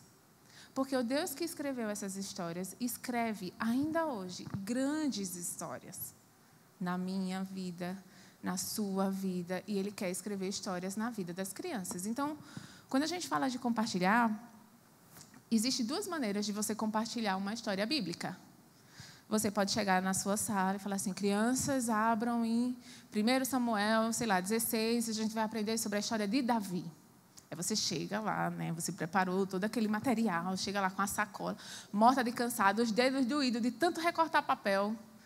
Mas você preparou, aí você coloca lá um Golias do tamanho original, né, que tem, quase 3 metros. E você vai e fala assim, olha, esse aqui era Golias. Como é o nome do gigante? Muito bem, crianças. Yes, Deus, obrigada porque elas estão aprendendo. E existia um menino pequenininho chamado Davi. Como é o nome do menino? Olha só, menina, parabéns. E você fica assim, louvado seja Deus, eu estou conseguindo. E Davi olhou para aquele gigante, ele falou, o quê? Esse incircunciso? As crianças, incirco o quê, tia? Nada não, é isso mesmo, incircunciso. Você tem falado ao povo de Israel, não. E Davi vai lá e mata o gigante Golias. Davi é o vencedor, o povo de Israel vence. E aí você fala, crianças, e aí o que aconteceu com o povo, com Golias? Morreu, né? Quem que venceu? O povo de Israel. Muito bem, agora pega o papelzinho e vamos pintar o desenho de Davi e Golias. E aí as crianças vão e pintam o desenho de Davi e Golias. E elas vão para casa sabendo a história de Davi e Golias. Agora, que verdades elas experimentaram durante essa história? Como que elas podem aplicar na vida delas essa história? Aí você também pode chegar. Essa é a opção B, tá bom? Você pode levar todo o material, não tem problema nenhum, tá bom, gente? Perfeito, muito legal. Você leva lá todo o material ou não. E você fala assim, crianças, quem aqui é o caçula? Aí tem sempre os pobres coitados, né? Quem aqui é o caçula? Tadinho. Caçula. É fácil ser o caçula? Aí os caçulas, não. Mas e quem é o caçula, assim, de mais de 5 irmãos? Tem aqui alguém que tem mais de 5 irmãos? A senhora tem? Ai, tadinho, vamos orar pela sua vida. Tô brincando. Aí vai as crianças, não, você já imaginou você ter um monte de irmão, tal? E aqui, crianças, quem aqui já foi esquecido? Quem aqui já foi esquecido pelo pai e pela mãe? Ou pela mãe? Aí o Mateus, o meu filho, levantou a mão, assim, o Lucas, uma vez, esqueceu do coitado. Não perdeu ele no shopping, na verdade. Mas achou, louvado seja Deus. E aí, e o que aconteceu? Daí as crianças falam, um dia eu estava, é sempre doído, né?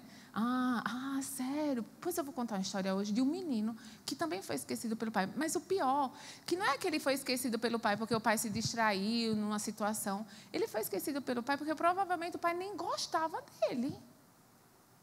Sempre falava dos outros irmãos. Quem aqui já sofreu bullying? Aí metade da sala, né? O coitado também sofreu bullying. Por quê? E bullying do irmão.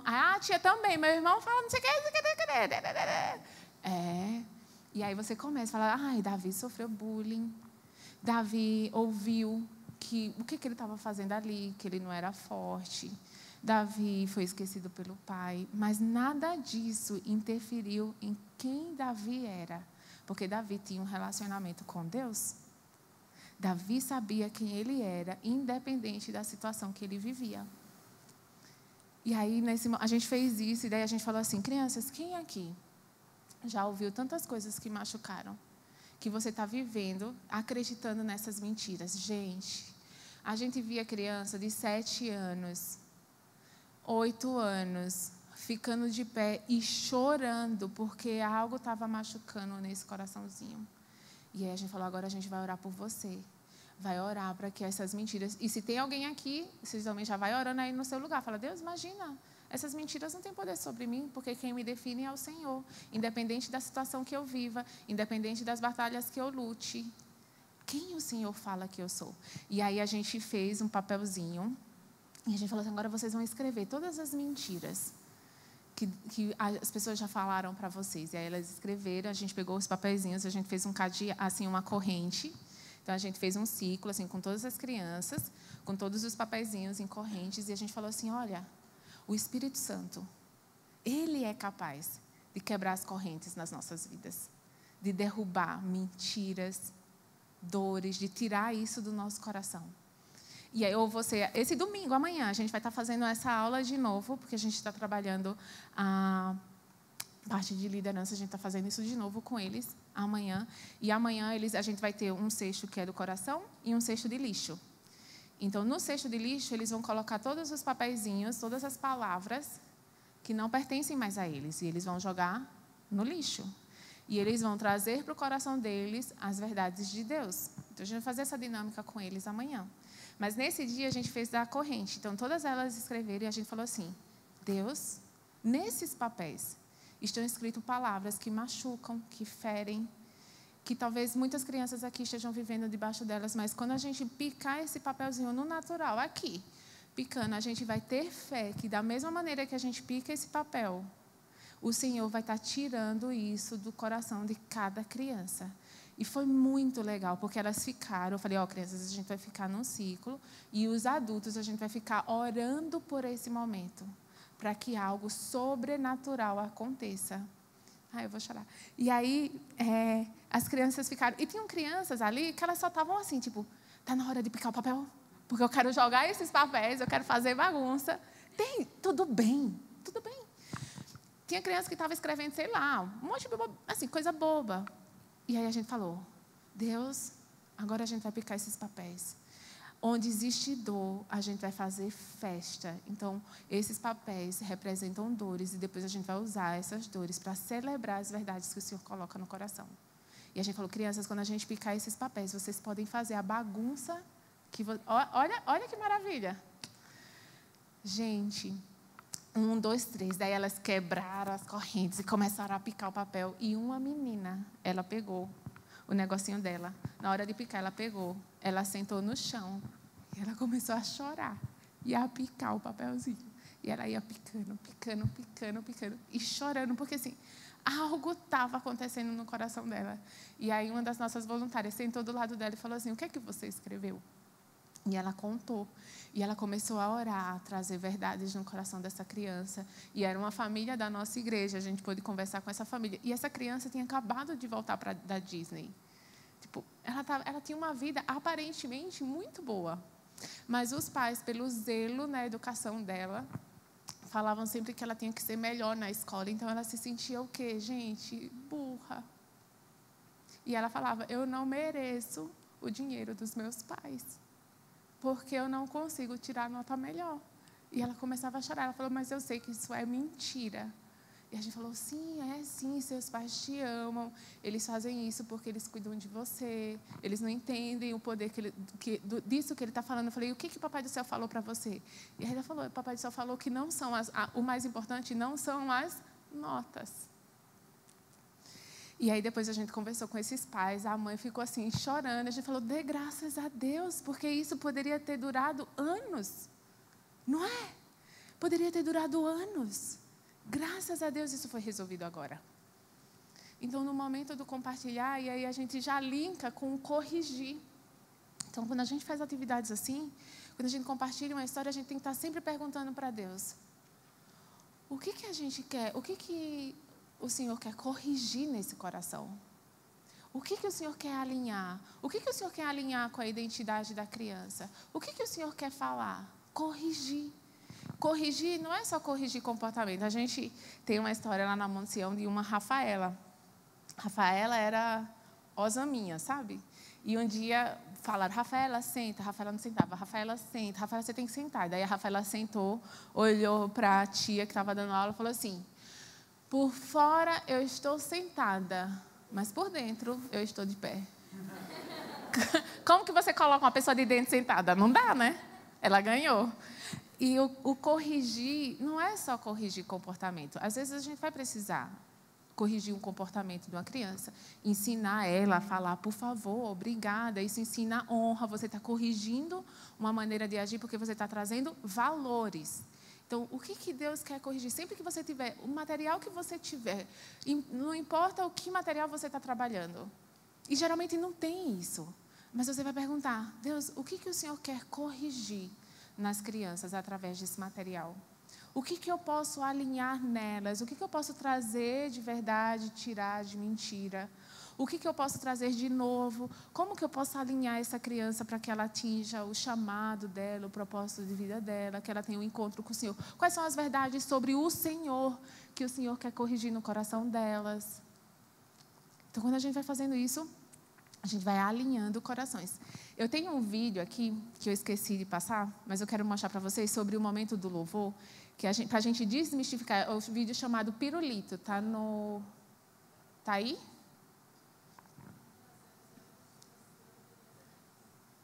Estava no pendrive, não está? O pendrive está aí? É um vídeo chamado Pirulito. É um vídeo que a gente fez na turma de 4 e 5 anos. Uma voluntária gravou rapidinho. Ele dura, 10 segundos. Mas é uma criança de 4 anos, no meio do louvor. E eu quero que vocês prestem atenção como que ela está adorando, tá bom?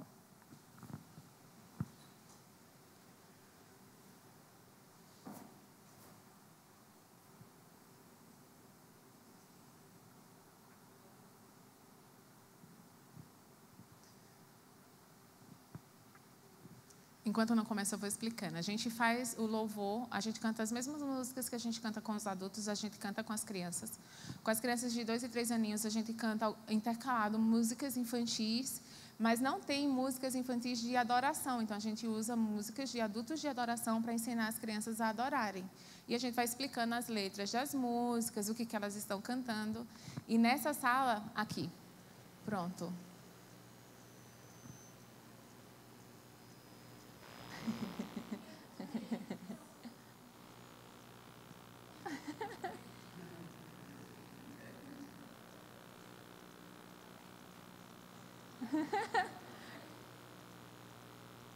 É que não está saindo som. Eu não lembro exatamente qual era a música que a gente estava cantando.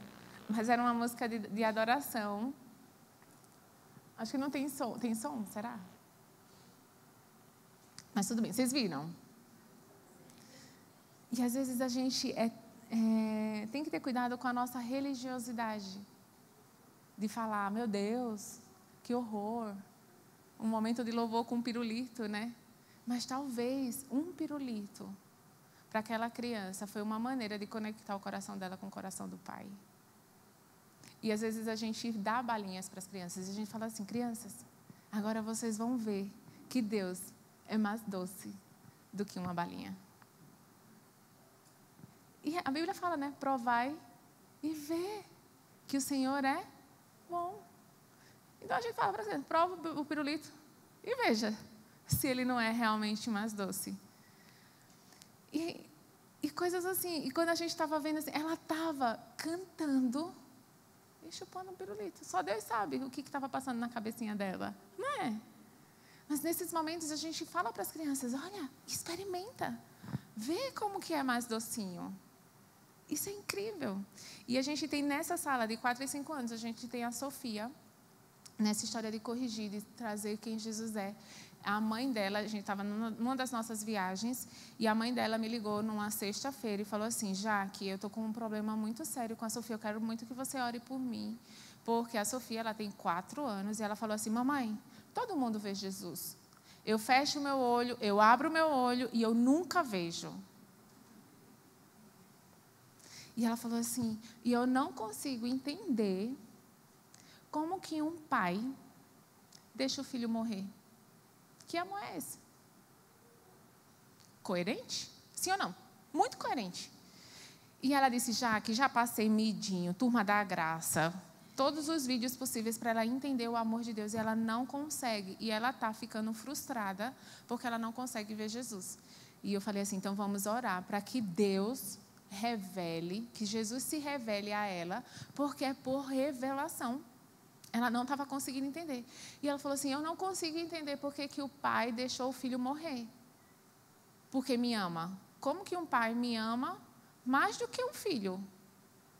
E ela não conseguia entender. Porque o amor de um pai para ela era incoerente. Se Deus ama tanto.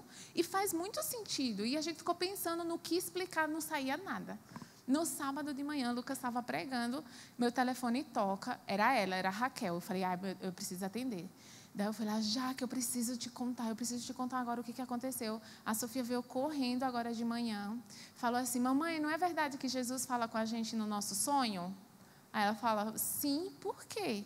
Ela disse, porque eu sonhei com Jesus. E ele veio no meu sonho e falou assim, Sofia, eu sou Jesus. E eu vim te contar por que eu precisei morrer. E a Raquel disse que ficou assim. Eu fiquei toda arrepiada. Eu e o Felipe, que é o marido dela, a gente ficou toda arrepiada na cama. Ela falou assim, mamãe, sabe por que Jesus morreu? Porque ele precisava voltar para o pai dele.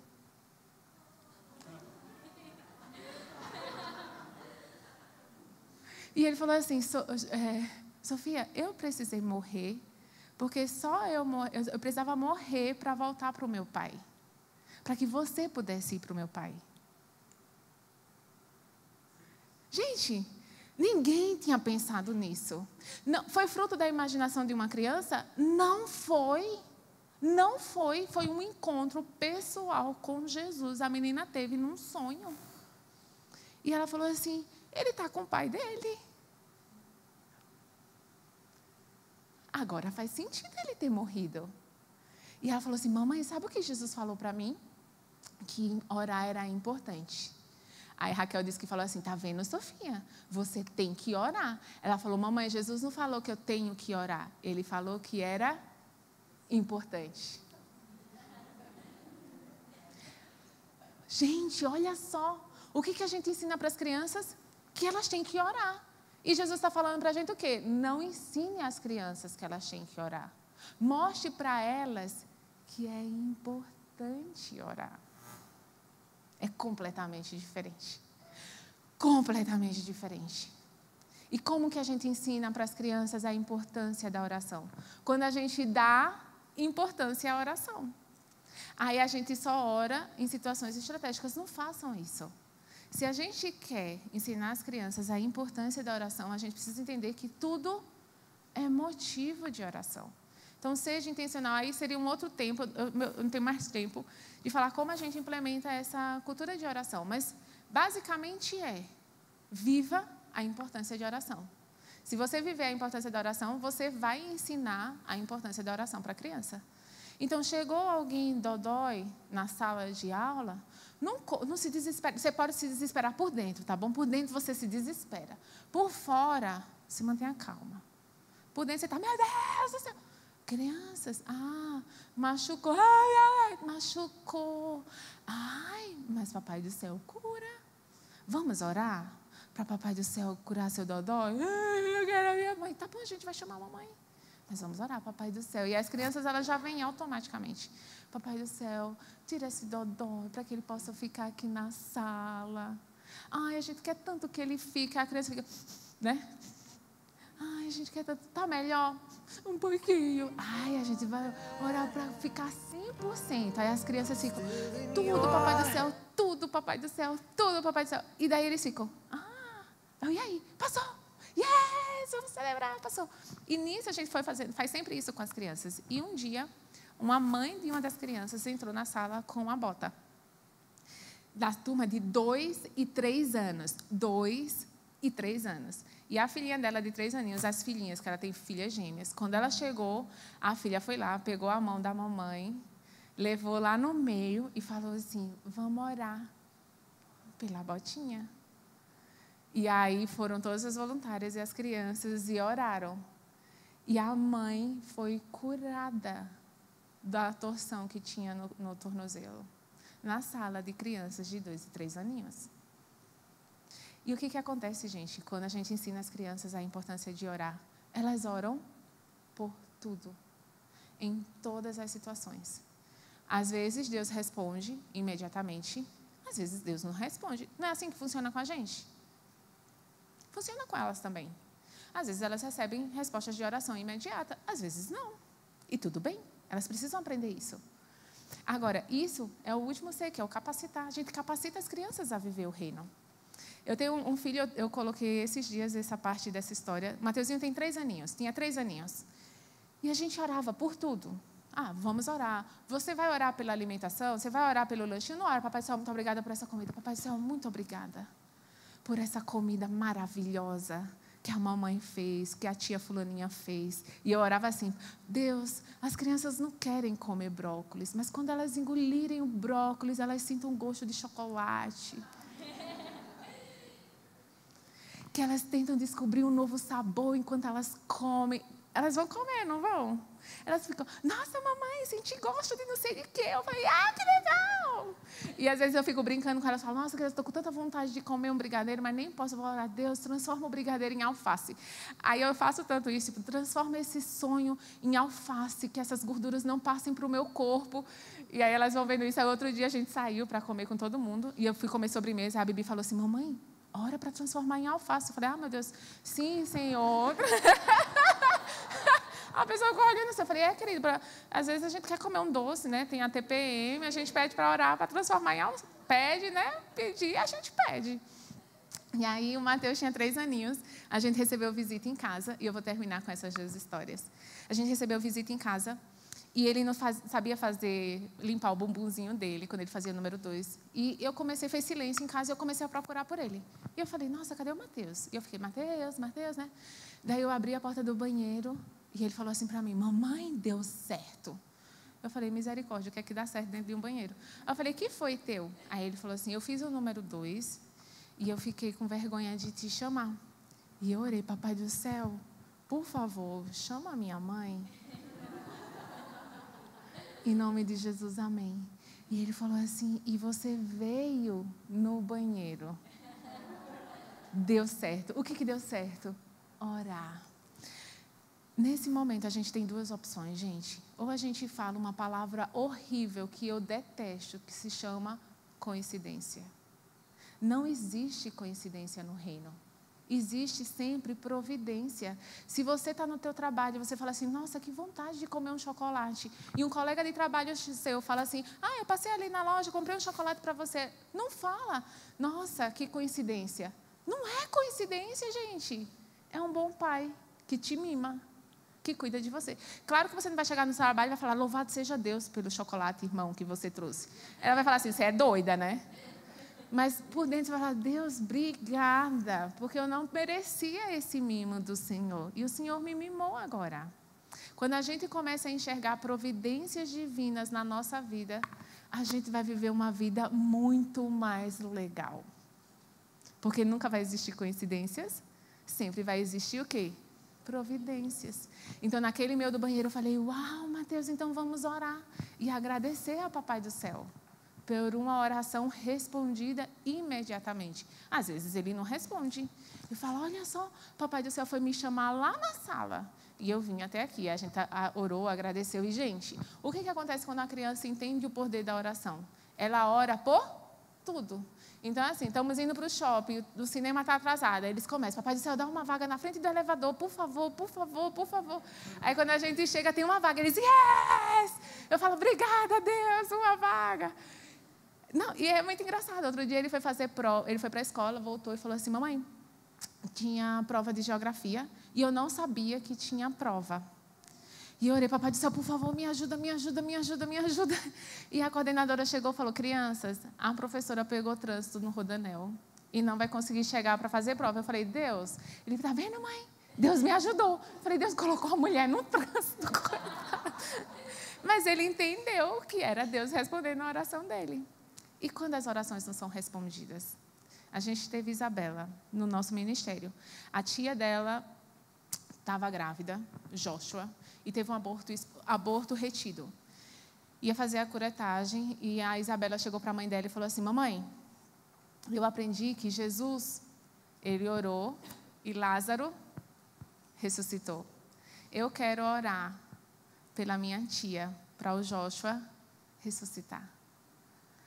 E aí a Jennifer liga para a gente e fala assim, eu vou lá já, que o que eu faço? Eu falei, vai, eu vou colocar a equipe de intercessão inteira para orar, né?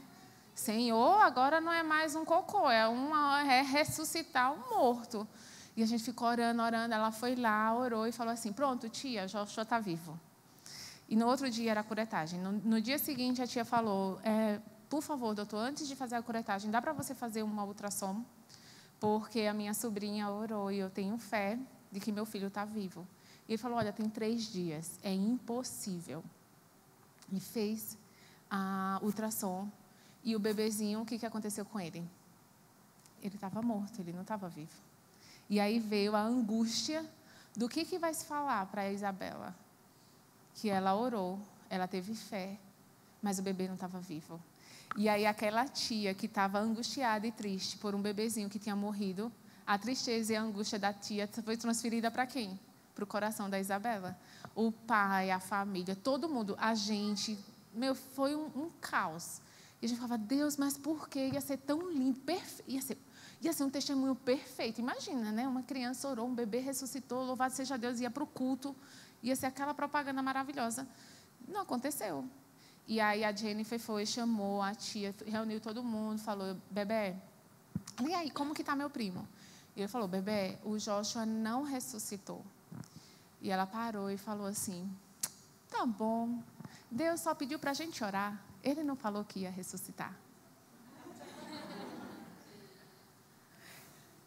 E naquela fé daquela menina, moveu o coração da tia, do avô, e instigou todo mundo a ir mais profundo na sua fé. Mexeu com a gente, mexeu com a igreja, e a gente parou e falou assim, quantas vezes a gente recebe um não de Deus, e a gente começa a perguntar para Deus, mas por quê? O que eu fiz de errado? Por que não? Por que não foi? Será que eu não orei direito? E a gente não entende que, às vezes, a única coisa que Ele quer é que a gente ore e confie nele.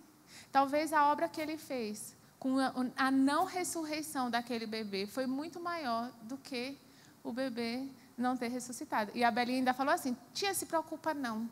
Quando a gente morrer, a gente conhece o Joshua. Verdade? Verdade. Então, gente, entender os 5-6 vai muito além do que uma metodologia. É uma maneira de enxergar uma criança, enxergar um discipulado. E com certeza isso não se aplica só para crianças. Talvez isso vá se aplicar no teu grupo de amigos, no teu grupo de discipulado, no teu grupo na tua célula, no grupo de amigos que você tem. É importante. Então, assim, está conversando, começa a perguntar a Deus, como que eu posso compartilhar uma verdade? O que o Senhor quer corrigir no coração dessa pessoa? Como que eu posso capacitar ela a viver o melhor dela? Em todo momento a gente pode desenvolver os 5-6. Tudo bem, pessoal? Eu queria te convidar a ficar de pé, para a gente orar por tudo isso que a gente recebeu. E que a gente possa viver um discipulado eficaz. Que Deus, Ele possa falar conosco, e a gente sempre ora. Quando eu termino de fazer essa palestra, eu sempre oro e falo, Deus, Espírito Santo, o Senhor é o Deus criador, é o Deus da criatividade. Tudo foi formado através do Senhor. Então, que o Senhor derrame porções de criatividade nas nossas mentes. Não existe pessoa melhor para criar aulas, situações do que a gente, porque o Espírito Santo habita em nós. Então, como a gente fala para as crianças, faz assim na tua mão, que eu vou orar para que Deus derrame ferramentas na tua mão agora. E que Ele traga estratégias. Então, Pai, eu te peço agora por todas as pessoas que estão aqui. Eu te agradeço por tudo aquilo que o Senhor derramou hoje sobre as nossas vidas, mas agora em especial eu peço que o Senhor derrame porções de criatividade na vida de cada pessoa que está aqui. Ferramentas, estratégias, ideias, palavras, histórias a serem contadas, brincadeiras a serem feitas com as crianças.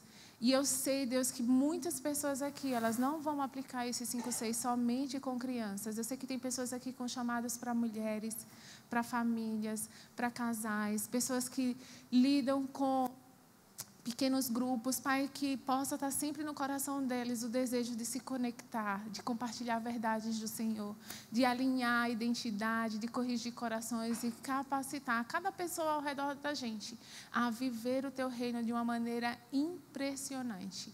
Que coincidências já não existam mais, mas que a gente possa abrir os nossos olhos para ver providências divinas do Senhor todos os dias. Em nome de Jesus, amém. Deus abençoe vocês.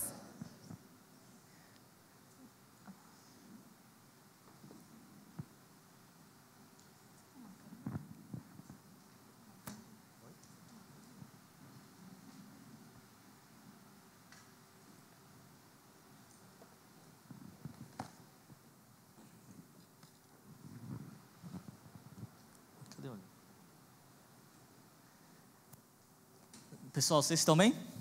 Bom, o que a Jaque falou dos 5 Cs foi assim bem resumido, tá bom? Tem bem mais detalhe no livro, só que eu não sei, depois tem até que ver com Lucas, porque acho que, não sei se quem está na conferência ganha o livro, é isso? Eu não sei como que era isso, então eu não sei se vai, eu acho que vai ter alguns para vocês, então se vocês não estão participando da conferência, acho que tem para vocês então, tá bom? Bom, nós vamos falar aqui rapidamente, também bem resumido, a gente está falando bem, é só apenas vamos dizer assim, um aperitivo, tá bom? Aperitivo para, eu vou falar um pouquinho só sobre esse livro. Esse livro a gente mudou o nome, daqui chama Geração do Reino. Antes, esse mesmo livro chamava Mover Profético e Sobrenatural, um guia prático para pais líderes de crianças. A gente mudou o nome, Mover Profético e Sobrenatural, para Geração do Reino, porque aí assim os presbiterianos podem comprar também, que eles não compravam muito. Bom, enfim, mas fala justamente sobre o mover profético, na verdade, como implementar uma cultura do sobrenatural. Então, vou falar rapidinho algumas coisas porque a gente começou a observar, e a gente lida também com, às vezes a gente fala para jovens, e quando a gente conhece várias igrejas, eu sempre pergunto, qual é o maior desafio? E algumas igrejas falam, o maior desafio é, como que os pastores falam, eu vejo crianças que crescem, passam no ministério de criança, aí vão para a adolescência, no ministério de adolescência, metade vai embora. Aí quando chega, eles entram na faculdade, quem sobrou, metade vai embora, e só sobram algumas pessoas, e os pastores falam, eu não sei o que eu estou fazendo de errado no meu ministério de jovens, eu não sei o que estou fazendo de errado no meu ministério de adolescentes, o que eu estou fazendo de errado? Eu falei, olha, acho que o problema acho que não é o ministério de jovens, não é o ministério de adolescentes, talvez o problema, o que está fazendo errado, é lá no ministério de criança. Aí ele, como assim? Porque se a criança, qualquer uma pessoa que tem uma experiência de verdade com o Espírito Santo, ela jamais consegue deixar, não é que jamais, mas se ela deixar Deus, é muito cara de pau, sabe? Que já experimentou tanto do poder de Deus, que é impossível essa pessoa abandonar a Deus. Então, na verdade, o que a gente precisa é trazer uma experiência sobrenatural, e não apenas contar uma história. Melhor que contar histórias, e a criança saber de histórias é importante e deve. As crianças têm que saber as histórias da Bíblia, mas melhor do que isso, é elas escreverem as próprias histórias com Deus, na sua vida real. Atos 29, não é isso que tu não fala? É a continuação porque Atos vai até 28, então Atos 29 é a nossa história com Deus, os Atos dos Apóstolos, nós somos o sacerdócio real, a nação santa, que nós vamos continuar escrevendo as histórias com Deus.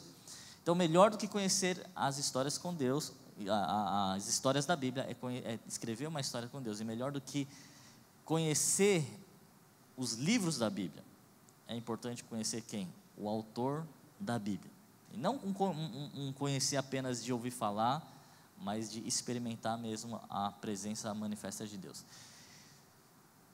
Bom, o pastores aqui já sabe que eu gosto de churrasco, né? E quando Mateus tinha 4 anos, eu levei Mateus para a churrascaria, rodízio de carne, sabe? Vai passando várias carnes, e aí, quando veio a picanha, o Mateus teve a maior experiência gastronômica dele, e aí, eu nunca vi ele comer tanta carne, mas era só picanha também. Aí vinha fraldinha. Aí eu falei, Mateus, experimenta a fraldinha. E eu explicava para ele, uma carne muito saborosa. Ele, não, papai, eu não quero fraldinha, eu quero picanha. Aí tá bom, então traz picanha aqui. Aí vinha picanha, dava-lhe picanha. Aí daqui a pouco vinha lá costela. Eu falei, Mateus, experimenta essa costela, é muito boa essa costela, é tão macia, fica 12 horas lá no chão, no fogo de chão, tal. E não, papai, eu não quero, eu quero picanha. Mas, Mateus, experimenta a costela. Não, papai, eu não gosto, eu gosto de picanha. Mateus, mas você fala que você nem gosta, você nem experimentou. Não, mas pai, eu quero picanha, tá bom. Aí vinha picanha e ele comia. Aí alcatra, miolo da alcatra, muito macia essa carne, muito saborosa. Papai, eu não quero, eu não gosto. Eu gosto de picanha. Mateus, você nem experimentou para falar que você não gosta. Experimenta, pelo menos depois você fala se gosta ou não gosta. Não, não quero, eu não gosto. Eu gosto de picanha. E era só picanha na vida do Mateus. E quando eu estava nesse restaurante, aí Deus começou a falar comigo e falou assim: é isso que as crianças precisam. Eu falei: Deus, picanha? Ele: não, é uma experiência de verdade. Porque quando vier no rodízio da vida, vem com drogas. Experimenta a droga. A criança fala: não, eu não quero droga. Mas você nem experimentou, experimenta. Não, não gosto de droga. Você nem sabe o que é droga. Mas eu experimentei um Deus tão real que a droga não vai me fazer falta. Aí vem o rodízio, pornografia. Experimenta pornografia. Não, não quero pornografia, eu não gosto de pornografia. Você nem experimentou. Mas a presença de Deus, eu experimentei. E a presença de Deus, a delícia perpétua, a alegria eterna. Então não preciso de pornografia. Então, quando as nossas crianças têm uma experiência real com a presença de Deus e a presença manifesta de Deus, ela vai falar: as coisas do mundo não vão atrair os olhos dela. Por isso que eu falo, se ela quiser, é muita cara de pau, porque ela experimentou algo tão sobrenatural que isso não vai atrair as nossas crianças. Então o problema, eu falo, às vezes não é o ministério de adolescente, não é o ministério de jovens. O problema, muitas vezes, é lá no nosso ministério de criança. E a gente começa, quando a gente fala muito sobre sobrenatural, é algo meio confrontador para nós mesmos, porque o sobrenatural requer um passo de fé, e esse passo de fé geralmente vem acompanhado de um passo de risco. Risco do quê? Risco de você dar um passo de fé e não acontecer nada. Porque a sua obrigação é obedecer a Deus. O resultado é de Deus. Se Ele quer fazer ou não quer fazer, não interessa. Nós temos que obedecer a palavra de Deus. E quando a gente fala de sobrenatural, também vem nos confrontar e vem nos tirar da zona de conforto. Por quê? Porque a gente só consegue passar aquilo que nós carregamos. Se nós carregamos religiosidade, nós vamos passar para as nossas crianças o quê? Religiosidade. Se nós carregamos o amor de Deus, nós vamos passar o quê? O amor de Deus. Se a gente carrega a amargura, vamos passar o quê? Amargura. Se a gente carrega o Espírito Santo de Deus, o poder do Espírito Santo de Deus, é mais fácil passar o poder do Espírito Santo de Deus para as nossas crianças. E aí vem, então lá no nosso ministério, quando a gente começa a ver que a coisa fica muito programadinha, sabe? 5 minutos de conectar, depois abertura, o louvor, 50 minutos de louvor e adoração, depois a ministração da palavra, depois a atividade, fica muito certinho, muitos domingos assim, tem alguma coisa errada, porque significa que a gente não está dando liberdade ao Espírito Santo. E muitas vezes, para a gente deixar o Espírito Santo tomar o controle, a gente precisa perder o nosso controle. Não que a gente não deve planejar, a gente deve planejar, mas acima de tudo, a gente tem que ver e sentir o Espírito Santo agir e deixar ele livre no nosso meio. Então, quando o Espírito Santo de Deus vem, de uma forma mais intensa, é o momento que nós temos que dar liberdade para ele. E se a coisa não está acontecendo, a primeira coisa que eu faço, sabe o que é? Eu vou lá no espelho e vejo como que está a minha vida espiritual. Como que está o meu andar no Espírito? Como é que está meu fluir no Espírito Santo? Porque o meu ministério é reflexo daquilo que eu carrego. Se eu não estou vazio, eu não vou passar nada para frente. Então, é algo confrontador quando a gente fala de sobrenatural. É algo meio que vai nos instigar a buscar mais a Deus. É algo que vai nos fazer ser de verdade discípulos de Jesus. Porque Jesus, o que ele fazia? Ele orava por os enfermos, os leprosos eram curados, multiplicação, era transformação da água em vinho, sobrenatural. E se a gente fala que eu sou discípulo de Jesus, o discípulo ele faz a mesma coisa que o mestre faz. Se não está acontecendo sobrenatural, será que sou mesmo discípulo de Jesus?